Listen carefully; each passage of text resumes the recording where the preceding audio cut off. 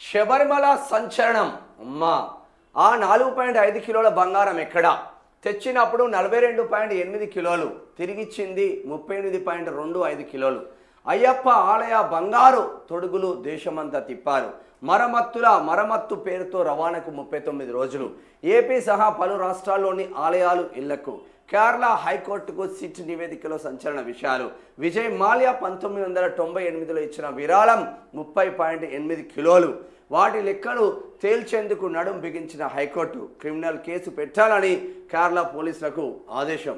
శబరిమల ఆలయ నిర్వహణ చేపడుతున్న ట్రావింగ్ కోడ్ దేవస్వం బోర్డు కార్యకలాపాలు తీవ్ర వివాదాస్పదంగా మారాయి. కూతురి పెళ్లికి దేవాలయం దగ్గర బంగారం అడుక్కొని వ్యక్తిని దాతగా చూపి ఆయనకు కిలోల కొద్ది బంగారం పూత ఉన్న భారీ విగ్రహాల తొడుగుల పునరుద్ధరణ బాధ్యత అప్పగించింది. పునరుద్ధరణకు ఆయన సొంతగా వెచ్చించిన బంగారం 400 గ్రాములు కాగా దేవస్థానం 42.8 కిలోల బరువున్న బంగారం పూతతో కూడిన రాగి తొడుగులను ఆయనకు ఇచ్చింది. చివరకు మెరుగులు దిద్దిన తర్వాత మొత్తం అంత అయిపోయిన తర్వాత ఇస్తే ఆ 4.5 కిలోల బంగారం ఎక్కడ అన్న క్వశ్చన్ ఇప్పుడు రేజ్ అయింది.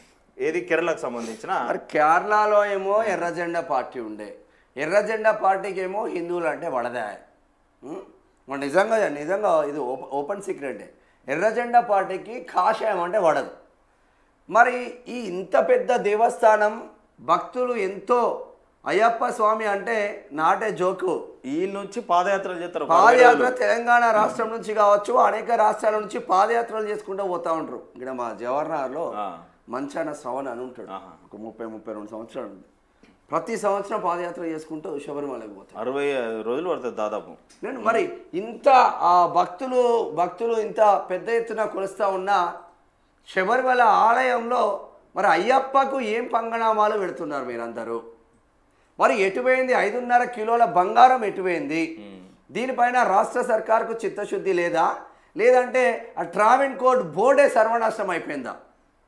అరే దేశం మొత్తం భక్తులు ఉన్నారే అయ్యప్పకు. అయ్యప్ప భక్తులు కన్నెర్ర చేస్తే ఆ రాష్ట్ర సర్కారే ఆగమైపోయే పరిస్థితి మాత్రం ఉంటుంది త్వరలో. మరి జర చూసుకోండి, చూడాలా బంగారం ఎటుపోయిందో మరి ఓలిస్తారు. ఇక డిస్కామ్ల పోటీ. ఒకే ప్రాంతంలో బహుళ డిస్కామ్ల విద్యుత్ సరఫరా ప్రస్తుత నెట్వర్క్ను వాడుకొని వ్యాపారం చేసుకునే ఛాన్స్ ఉంటుందట. తయారీ రంగం రైల్వే మెట్రోలకు 5 ఏళ్లుగా క్రాస్ సబ్సిడీ భారం నుంచి మినహాయింపు ఉంటుందట. డిస్కామ్లు ఏఆర్ఆర్ దాఖలు చేయకపోతే సుమోటోగా ఛార్జీలు నిర్ణయించే అధికారం కూడా ఏఆర్ఎస్లకు ఉంటుందట. ముసాయిదా ఎలక్ట్రిసిటీ సవరణ బిల్లు 2025 తెచ్చిన కొత్త కేంద్రం అట. కేంద్రం తీసుకొచ్చిన కొత్త డిస్కామ్లో పోటీ జరుగుతూ ఉన్నది. వెనిజులా ఉద్యమకారునికి నోబెల్ శాంతి ప్రజాస్వామ్యం కోసం పోరాడుతున్న మరియా కొరీనాకు దక్కిన పురస్కారం. బుల్లెట్లకు బదులు బ్యాలెట్లు నినాదంతో వెనిజులాలో ఉద్యమం. స్వేచ్ఛాయుత నిష్పాక్షిక ఎన్నికల కోసం 20 ఏళ్లుగా పోరాటం. నియంతృత్వానికి వ్యతిరేకంగా ప్రతిపక్షాలను ఏకం చేసిన దిశాలి. ప్రాణాలకు ముప్పు ఉన్న స్వదేశంలోనే అజ్ఞాతంలో ఉంటూ పోరాటం. ట్రంప్తో సహా 338 మంది నామినేట్ అయినా వారందరినీ కాదని కొరీనాను ఎంపిక చేసిన నోబెల్ కమిటీ. కొరీనా మనకేమో కరోనా వచ్చింది, అప్పుడు మా పోరాటానికి అండగా నిలిచిన అమెరికాకు కృతజ్ఞతలు. డొనాల్డ్ ట్రంప్కు నోబెల్ బహుమతి అంకితం. మారియా మచోడా డొనాల్డ్ ట్రంప్కే అంకితం ఇస్తుంది ఆ పాపం.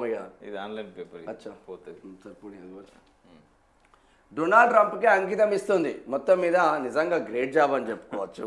Great job. ఏమైంది పేపర్కు?